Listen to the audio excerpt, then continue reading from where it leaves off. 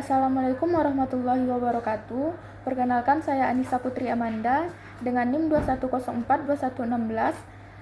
Baiklah, pada video kali ini dibuat untuk memenuhi tugas governance digital dengan dosen pengampu Bapak Iip Permana, STMT. Pada video kali ini akan membahas mengenai dari digital government ke digital governance. Materi pembahasan pertama yaitu mengenai dampak positif digitalisasi. Dampak positif digitalisasi yaitu yang pertama, digitalisasi memberi pemerintah akses ke lebih banyak data yang memungkinkan mereka untuk membuat kebijakan yang lebih baik terkait kesehatan masyarakat, iklim, lalu lintas, dan isu-isu sejenis. Yang kedua, digitalisasi juga memungkinkan pelayanan yang lebih personal dan transparansi yang lebih besar dalam pemerintahan. Selanjutnya, dampak negatif digitalisasi. Dampak negatif digitalisasi yaitu yang pertama, adanya risiko bahwa digitalisasi juga dapat memberikan pemerintah kekuatan yang lebih besar untuk mengawasi warga negara dan campur tangan dalam kehidupan mereka, proses pengambilan keputusan, dan pasar bebas yang dipengaruhi oleh golongan mereka. Yang kedua, pelayanan pemerintahan yang sudah terdigitalisasi masih belum efisien dan perlindungan data pribadi dapat menjadi masalah yang serius. Selanjutnya mengenai digitalisasi. Meskipun pengetahuan manusia berkembang pesat di era digitalisasi, cara kita memproses informasi dan mengubahnya menjadi pengetahuan masih menjadi tantangan. Penggunaan pengukuran kuantitatif dengan pendekatan ilmiah belum mampu mengatasi masalah ini. Namun, digitalisasi adalah kenyataan yang ada baik dalam konteks pemerintahan maupun dalam segmen pasar tertentu. Aspek digitalisasi. Menurut Valenduk mengidentifikasi 4 aspek digitalisasi yang berlaku tanpa memandang segmen pasar yang dijelajahi, yaitu yang pertama, fakta bahwa informasi digital dapat dilihat sebagai sumber daya ekonomi yang strategis. Yang kedua, perbedaan tempo dan sifat revolusi industri dapat diamati. Yang ketiga, bahwa hubungan antara lapangan kerja dan teknologi masih perlu didiskusikan. Yang keempat, adanya perubahan dari praktik kerja fleksibel menjadi praktik kerja virtual. Dari keempat kategori ini menghadirkan tantangan bagi praktik pemerintah dan tata kelola dalam berbagai cara. Selanjutnya, pemerintahan digital. Dalam perspektif kontemporer, pemerintahan elektronik atau pemerintahan digital dianggap sebagai bagian dari konsep tata kelola digital dan juga mencakup aspek bisnis dan keputusan politik. Sedangkan tata kelola digital, tata kelola elektronik atau tata kelola digital adalah proses yang melibatkan banyak pihak yang menentukan arah, bentuk, dan cakupan aktivitas internet. Selanjutnya mengenai tantangan pemerintahan digital. Menurut Linkoff dan kawan-kawan, tantangan yang dihadapi pemerintahan digital yaitu yang pertama, mengenai kecerdasan buatan atau EA. EA merupakan mesin untuk menggunakan pengetahuan dan membuat keputusan sendiri. Tetapi, EA bukanlah solusi sempurna untuk permasalahan pemerintahan, tetapi bisa menjadi alat yang efektif. Namun, ada kekhawatiran terkait privasi, kecepatan, dan adopsi teknologi digital yang perlu diperhatikan. Yang kedua yaitu buku besar terdistribusi. Buku besar terdistribusi bertujuan untuk desentralisasi informasi transaksi dalam jaringan terbuka atau tertutup. Batubara dan kawan-kawan mengidentifikasi masalah teknologi dan organisasi terkait penerapan buku besar terdistribusi dalam pemerintahan digital, yaitu masalah teknologi dan organisasi.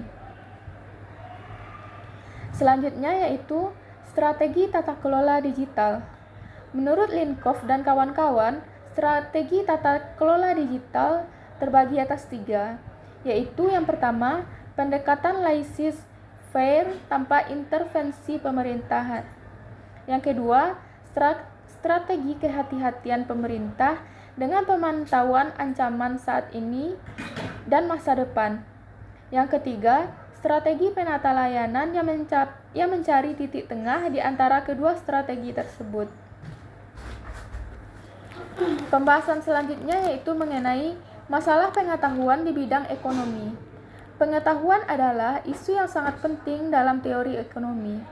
Namun, tidak semua aliran dalam teori ekonomi secara eksplisit membahas pengetahuan, dan beberapa bahkan mengabaikan fakta bahwa pengetahuan sering tersebar sebagai potongan-potongan pengetahuan yang tidak lengkap dan bertentangan.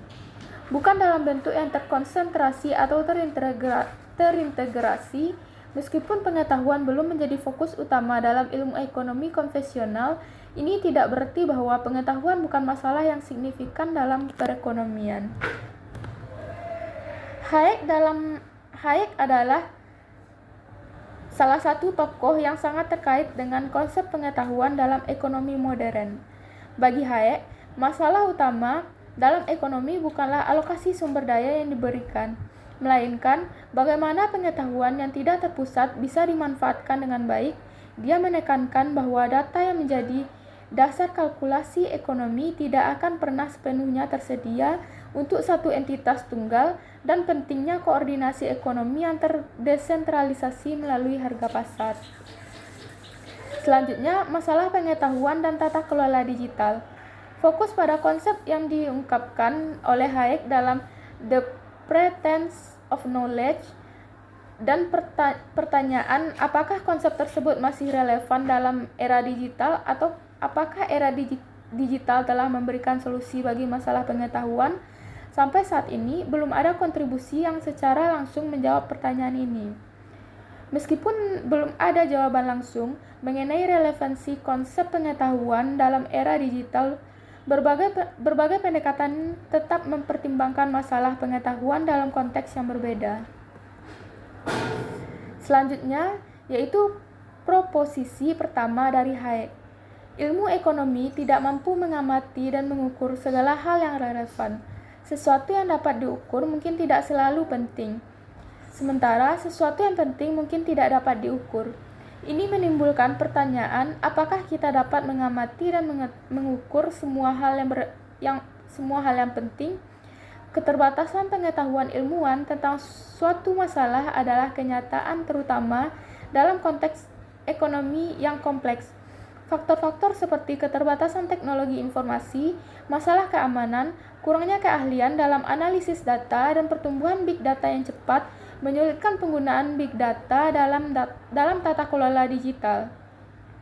Selain itu, ilmu ekonomi tidak memiliki hukum alam yang umum, dan kompleksitas ekonomi menciptakan tantangan tersendiri. Hal ini mengakibatkan kesulitan dalam menjawab pertanyaan dan tantangan yang muncul akibat perkembangan big data. Selanjutnya, proposisi kedua dari Hayek. Para ekonomi tidak dapat memberikan hasil konkret untuk masalah kompleksitas dalam perekonomian yang terorganisir. Dalam tantangan yang dihadapi dalam penggunaan big data, dalam tata kelola digital, masalah implementasi big data menjadi kendala utama.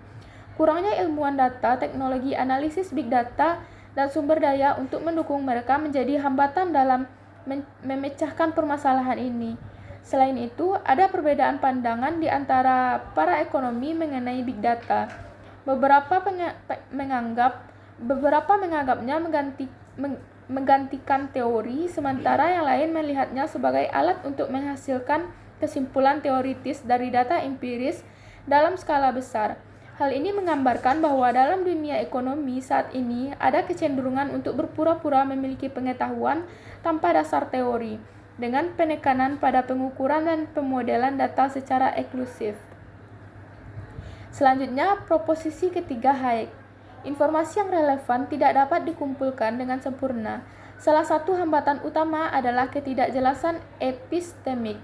Meskipun Internet of Things telah memungkinkan pengumpulan data dari berbagai sumber dalam ekonomi yang kompleks, tidak hanya bagian-bagian dari sistem yang perlu diukur, tetapi juga hubungan di antara mereka. Ini mencakup bagaimana hubungan-hubungan ini mempengaruhi persepsi informasi dan pembentukan pengetahuan. Karena hal ini praktis tidak mungkin dilakukan dan beberapa data saintis juga tidak berusaha untuk memberikan signifikasi atau validasi model mereka. Maka proposisi ketiga Hayek tetap relevan dalam era digital. Selain itu, masalah tata kelola big data termasuk budaya pengambilan keputusan berbasis data dan integrasi sumber data juga menjadi hambatan yang lebih lanjut dalam mengatasi ketidakmungkinan pengumpulan informasi yang relevan secara lengkap. Jadi, kesimpulannya, tata kelola digital mencakup perencanaan pemerintahan digital, masalah bisnis digital dan demokrasi digital. Ini mencoba mengubah cara bisnis dan keterwakilan masyarakat secara demokratis, tetapi memiliki keterbatasan. Batasan ini terkait dengan integrasi sektor pengetahuan digital, fisik, dan bioteknologi yang sebelumnya terpisah menciptakan tantangan baru. Terlepas dari perkembangan teknologi, masalah kepura-puraan pengetahuan masih ada, terutama dalam konteks penyalahgunaan big data oleh pemerintah untuk mengatur agenda mereka sendiri. Namun, pemahaman keterbatasan ini dapat membantu pengambilan keputusan menyesuaikan kebijakan mereka. Tata kelola digital bisa meningkatkan hak asasi manusia, transparansi pemerintah, dan mengurangi korupsi, tetapi tidak dapat memecahkan masalah pengetahuan di ekonomi. Meskipun ada potensi, perlu disesuaikan dengan batasnya. Sekian presentasi atau materi yang dapat saya sampaikan. Apabila ada kesalahan kata, mohon dimaafkan. Saya akhiri. Assalamualaikum warahmatullahi wabarakatuh.